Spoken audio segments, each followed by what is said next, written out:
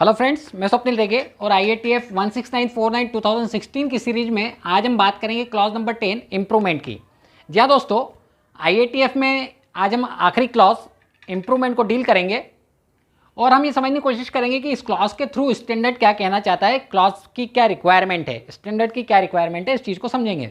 दोस्तों इसके साथ आज हम भले ही क्लॉज 10 को कंक्लूड कर देंगे और स्टैंडर्ड को भी कंक्लूड कर देंगे, लेकिन हमारी ये सीरीज़ कंक्लूड नहीं होगी।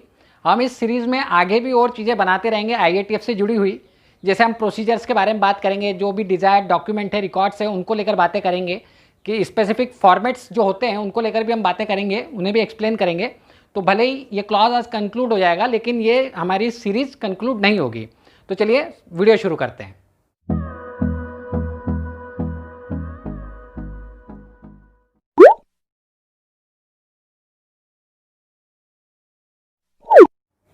तो देखिए दोस्तों, सबसे पहले हम बात करेंगे क्लॉज 10.1 जो जनरल रिक्वायरमेंट की जिसमें बात कही गई है। ये ISO 9001 यानी QMS का क्लॉज है, QMS की रिक्वायरमेंट है।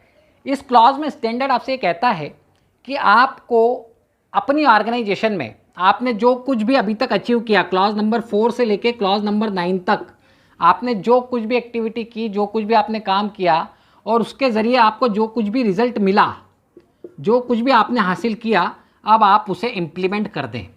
आपको उसे इम्प्लीमेंट करना है। ये बात आपसे क्लॉज नंबर 10.1 में कही गई है। इस चीज़ को समझिए। देखिए, क्लॉज नंबर 9 में हम बात करते हैं हमारे एनालिसिस की, हमारे इवैल्यूएशन की, और उसके ज़रिए हमें कुछ रिज़ल्ट मिलता है। जब वो हमें रिज़ल्ट मिलता है तो हम उस रिज़ल्ट का अब इस्तेमाल करें। हम उस रिज़ल्ट को समझें कि वो रिज़ल्ट क्या कह रहा है, उसके ज़रिए हम क्या कर सकते हैं। हमें अपॉर्चुनिटीज़ पता करनी है। इस क्लॉज के थ्रू हमें अपॉर्चुनिटीज़ पता करनी है और इन अपॉर्चुनिटीज़ को हमें इम्प्लीमेंट करना है। इन अपॉर्चुनिटीज़ को हमें इम्प्लीमेंट करना है और इन्हीं अपॉर्चुनिटीज़ को जब हम इम्प्लीमेंट करते हैं तो कहीं ना कहीं हम इम्प्रूवमेंट की तरफ बढ़ते हैं। तो यही बात आपसे क्लॉज 10.1 में कही गई है। क्लॉज 4 को अगर आप देखें तो उसमें आपसे कॉन्टेक्स्ट ऑफ ऑर्गेनाइजेशन की बातें कही गई। क्लॉज 5 में आपसे लीडरशिप की बात कही गई। क्लॉज 6 में आप प्लानिंग करते हैं, आप प्लान बनाते हैं। क्लॉज 7 में भी आप प्लान की ही बात कर रहे होते हैं, रिसोर्सेज को लेकर। आपको जो कुछ भी सपोर्ट में टूल्स चाहिए उनको लेकर आप बात करते हैं। बेसिकली वहाँ पर भी बात जो है वो प्लानिंग की ही आ रही है। क्लॉज नंबर 8 में आप ऑपरेशन करते हैं, यानी आप जो आपने प्लान किया है अब आप उसे इम्प्लीमेंट करते हैं, यानी डू वाला पोर्शन आ गया। क्लॉज नंबर 9 में आप चेक करते हैं। आप क्या चेक करते हैं कि जो कुछ आपने किया है वो एज पर रिक्वायरमेंट हुआ या नहीं हुआ। आपने क्लॉज नंबर 9 में उस चीज़ को चेक किया। जब आप इस चीज़ को चेक कर लेते हैं तो यहीं से आपको कुछ पॉजिटिव रिजल्ट, कुछ पॉजिटिव अपॉर्चुनिटीज़ भी नज़र आती हैं और इन्हीं अपॉर्चुनिटीज़ को क्लॉज नंबर 10 के थ्रू, यानी आपको अब एक्ट करना है, एक्शन लेना है, ये आपसे कहा जाता है। अब आप यहाँ से जो कुछ आपने हासिल किया, चेक करने के बाद जो कुछ आपको समझ आया, जो कुछ आपने पाया, उसे अब आप इम्प्लीमेंट कर दें, उनके ऊपर आप एक्शन ले लें, वैसे आप एक्शन ले लें। तो कहीं ना कहीं क्लॉज 6 और 7 प्लानिंग की बात करते हैं, प्लान की बात करते हैं। क्लॉज नंबर 8 डू की बात करता है। क्लॉज नंबर 9 चेक की बात करता है और क्लॉज नंबर 10 एक्ट की बात करता है। और इस तरह ये पूरी PDCA साइकिल तैयार होती है। ये पूरी PDCA साइकिल तैयार होती है। आपको क्लॉज नंबर 10 में इम्प्रूवमेंट करना है, यानी आपको एक्शन लेना है। और ये इम्प्रूवमेंट आप किस लिए करते हैं? ताकि आप अपने कस्टमर की रिक्वायरमेंट को फुलफिल कर सकें, आप अपने कस्टमर की रिक्वायरमेंट को पूरा कर सके, कस्टमर की रिक्वायरमेंट को समझ सके, इसलिए आप ये सब इम्प्रूवमेंट करते हैं। आपको इम्प्रूवमेंट करना चाहिए। तो जब भी आप इम्प्रूवमेंट की बात करते हैं तो आपको इम्प्रूवमेंट किस चीज़ में करना है? अपने प्रोडक्ट में, अपनी सर्विस में। आप जो भी प्रोडक्ट बना रहे हैं, आप कोई सर्विस दे रहे हैं, उसमें आप इम्प्रूवमेंट करिए।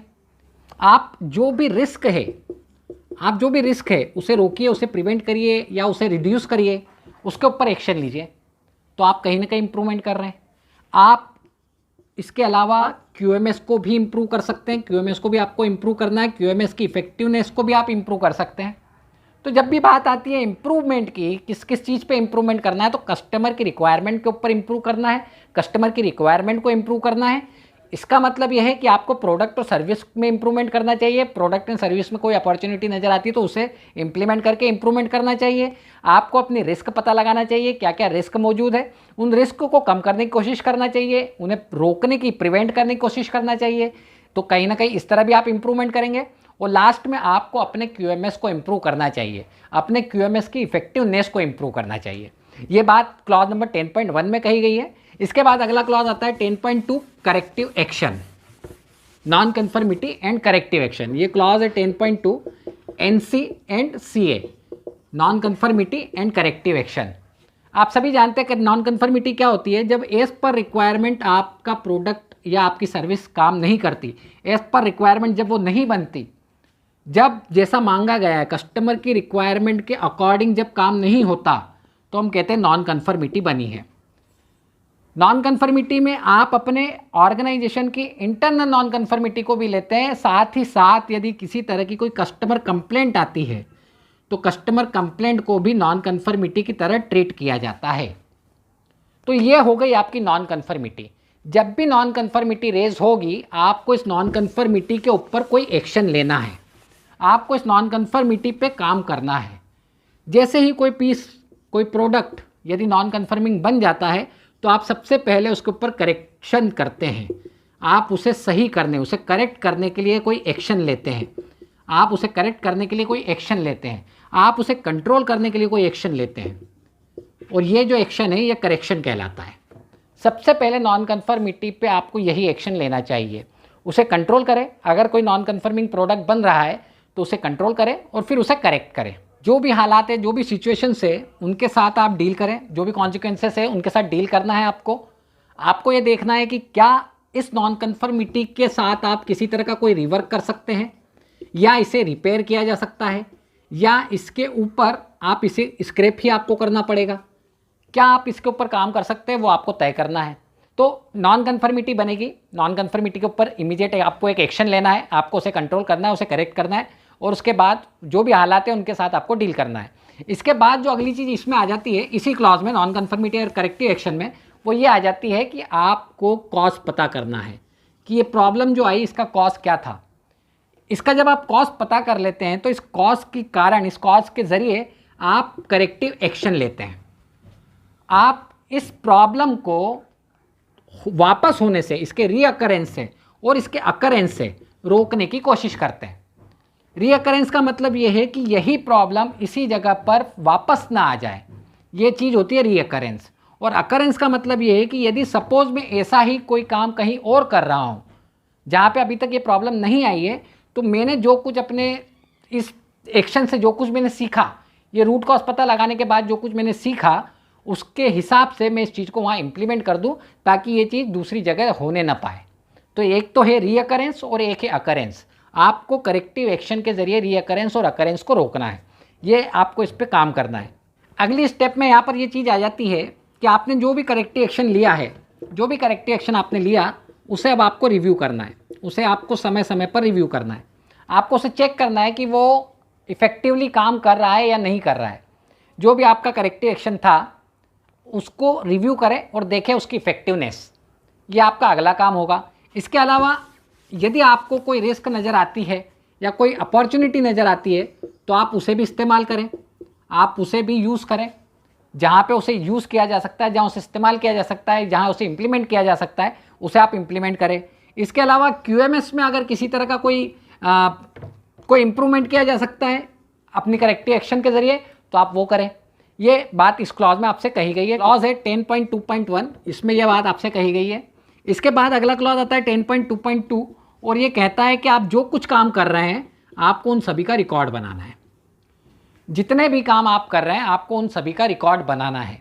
आपने नॉन कन्फर्मिटी बनाई, आपके पास उसका रिकॉर्ड होना चाहिए। आपने रूट कॉज पता किया, आपके पास उसका रिकॉर्ड होना चाहिए। आपने करेक्टिव एक्शन लिया, आपके पास उसका रिकॉर्ड होना चाहिए। आपने रिव्यू किया, आपके पास उसका रिकॉर्ड होना चाहिए। आपके पास सभी चीज़ों का रिकॉर्ड होना चाहिए। ये बात क्लॉज 10.2.2 में कही गई है। इसके बाद अगला क्लॉज आता है 10.2.3 जो IATF का क्लॉज है। अब हम उस क्लॉज को देखेंगे। तो दोस्तों अब हम बात करेंगे क्लॉज 10.2.3, ये IATF का क्लॉज है, प्रॉब्लम सॉल्विंग। देखिए प्रॉब्लम सॉल्विंग बेसिकली टूल्स होते हैं जिनमें आप जो भी प्रॉब्लम आपको आती है प्रोडक्शन के समय या सर्विस के समय, उनको सॉल्व करने की टेक्निक्स, मेथड्स आपको बताई जाती हैं, उसके टूल्स आपको बताए जाते हैं। आपसे IATF ये कहता है कि आपको इसे लेकर एक प्रोसीजर बनानी है। यहाँ पर यही बात कही गई है कि इसे लेकर सबसे पहले तो आपको एक प्रोसीजर बनानी है अपनी ऑर्गेनाइजेशन में। प्रॉब्लम सॉल्विंग की एक प्रोसीजर आपके पास होना चाहिए। इसके अलावा आपको ये भी तय करना है कि आप रूट कॉज पता करने के लिए कौन कौन से मेथड्स, जैसे 5 टूल्स या 8D, क्या मेथड्स होंगी जिनके थ्रू आप रूट कॉज पता करेंगे। आपको ये चीज़ तय करना है। आपको प्रॉब्लम्स पता करना है। सबसे पहले तो आपको प्रॉब्लम्स पता करना है कि आपकी प्रॉब्लम्स किस किस तरह की आ सकती है, कहाँ कहाँ पर आ सकती है। क्या कोई नया प्रोडक्ट आप डेवलप कर रहे हैं, वहाँ प्रॉब्लम आती है, या कस्टमर की तरफ से फील्ड फेल्यूर हो जाता है, उसको लेकर कोई प्रॉब्लम आती है। तो आप प्रॉब्लम पता करें, कहाँ कहाँ से किस किस तरह की प्रॉब्लम्स आ सकती है, फिर उसके बाद उनके ऊपर क्या रूट कॉज आप यूज़ कर सकते हैं। आप 5 के थ्रू पता लगाएंगे या 8D के थ्रू पता लगाएंगे, ये आपको करना है। इसके बाद आप रूट कॉज पता करने के बाद सिर्फ फिर वही वाली प्रोसेस है, आप करेक्शन करेंगे। जो भी प्रॉब्लम थी उसके ऊपर इमीडिएट एक्शन आप लेंगे। इसके अलावा जो भी करेक्टिव एक्शन है आप करेक्टिव एक्शंस लेंगे। इसके अलावा यहाँ पे कापा की बात आ जाती है, यानी आपको प्रिवेंटिव एक्शंस भी लेना है। साथ ही साथ आपको अकरेंस और रीअकरेंस, जो अभी हमने बात करी, उस चीज़ को भी रोकना है, उसका भी आपको ध्यान रखना है, उसके ऊपर भी आपको काम करना है, और फाइनली आपको इंप्रूवमेंट की तरफ बढ़ना है। बाकी बातें इसमें भी वही सेम है जो हमने पिछले वाले क्लॉज में अभी डील करी थी। आपको यहाँ पर भी आपको रिव्यू करना है अपने करेक्टिव एक्शन को, जो भी आपने करेक्टिव एक्शन लिया उसको रिव्यू करना है। इफेक्टिवनेस आपको चेक करनी है उसकी, कितना इफेक्टिव रहा।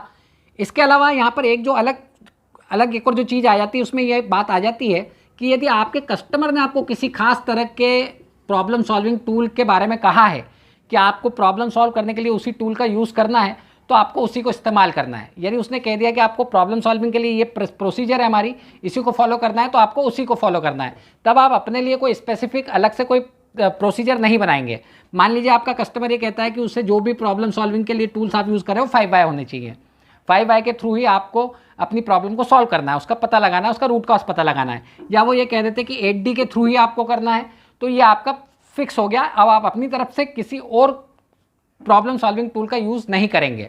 यदि कस्टमर ने खुद एक कोई प्रोसीजर आपको दे दी है कि यही प्रोसीजर है, यही सिस्टम है, यही मेथड है, इसी को फॉलो करिए, तो आपको उसी को फॉलो करना है। आप अपनी तरफ से कोई अलग से प्रॉब्लम सॉल्विंग की प्रोसीजर नहीं बना सकते।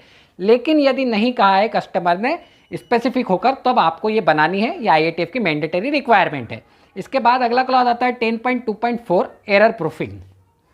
देखिए दोस्तों, आप में से कई लोग एरर प्रूफिंग के बारे में जानते भी होंगे। एरर प्रूफिंग क्या है, कैसे यूज़ किया जाता है। जब हम बात करते हैं गो नो गो जैसे गेजेस की, तो कहीं ना कहीं एरर प्रूफिंग की ही बात होती है।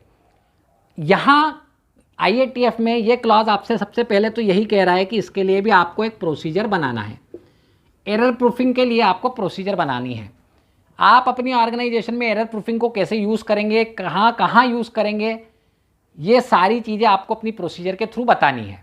जब भी आप PFMEA बनाते हैं और जब आप कंट्रोल प्लान बनाते हैं उसके अकॉर्डिंग, तो आपको इस PFMEA में और कंट्रोल प्लान में एरर प्रूफिंग के लिए जो भी मेथड आप यूज़ कर रहे हैं उनको आपको बताना है।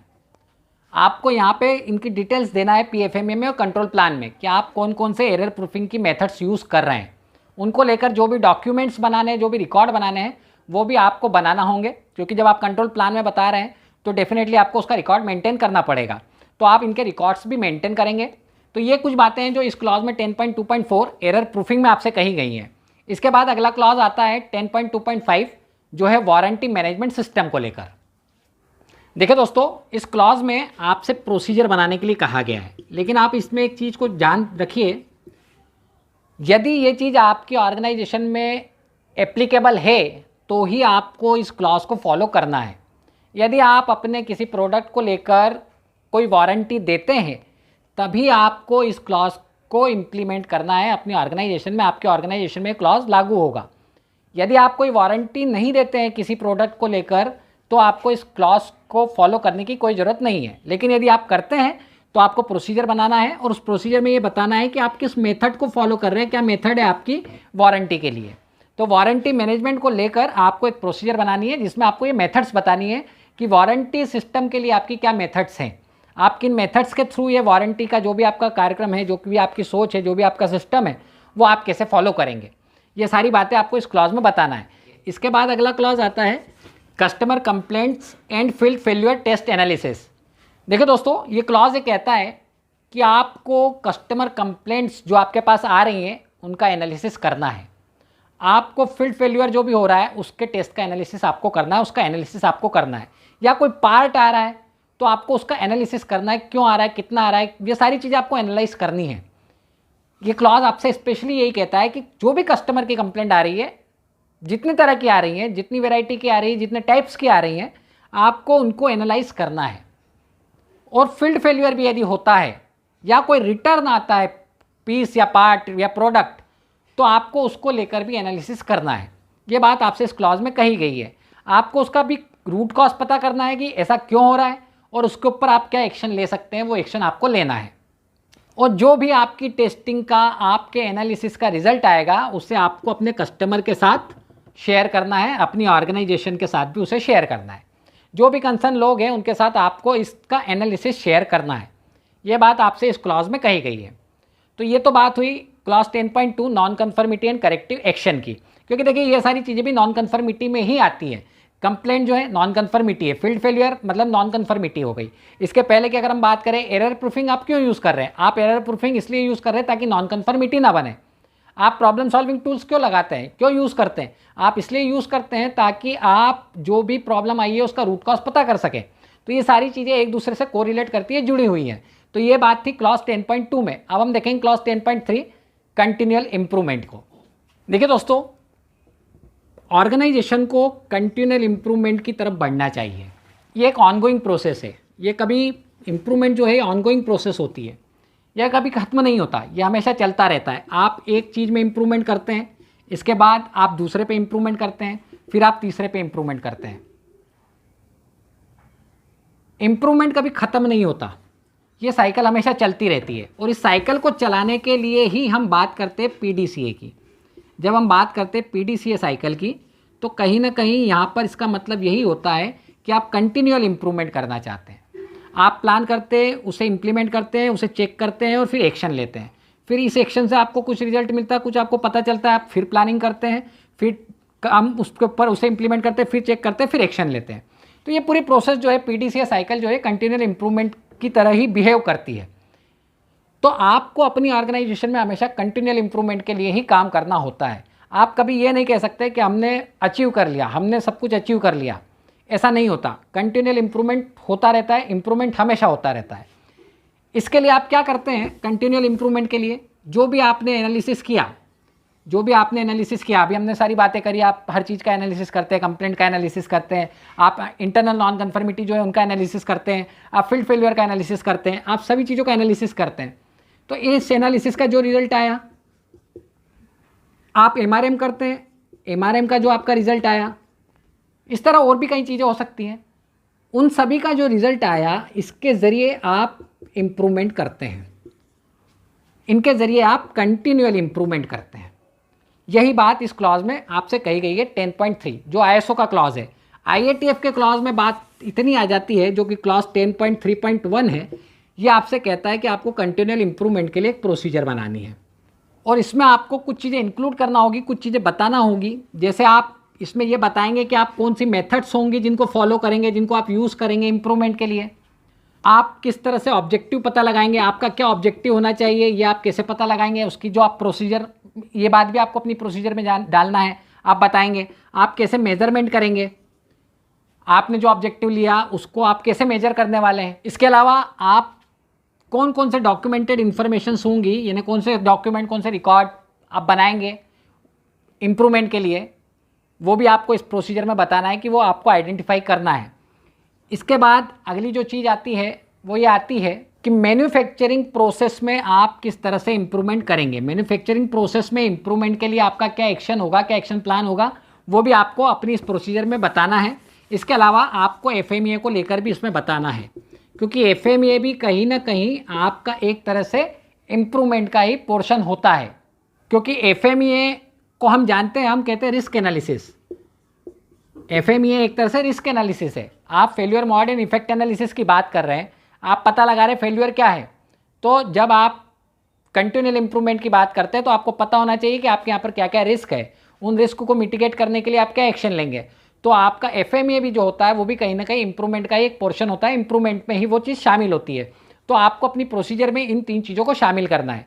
ये बात आपसे इस क्लॉज में कही गई है। तो दोस्तों आज का हमारा वीडियो यहीं तक है। उम्मीद है आपको वीडियो पसंद आया होगा। वीडियो अच्छा लगे तो इसे लाइक करें, ज़्यादा से ज़्यादा शेयर करें। और दोस्तों हमने हमारा एक ई बुक सेंटर स्टार्ट किया है, ई बुक स्टोर स्टार्ट किया है। आप वहाँ पर जाकर बुक्स परचेस कर सकते हैं, जिसका लिंक आपको नीचे डिस्क्रिप्शन में मिल जाएगा। वहाँ क्लिक करें और आपको जो भी बुक्स अगर चाहिए हो तो वहाँ से आप परचेस कर सकते हैं।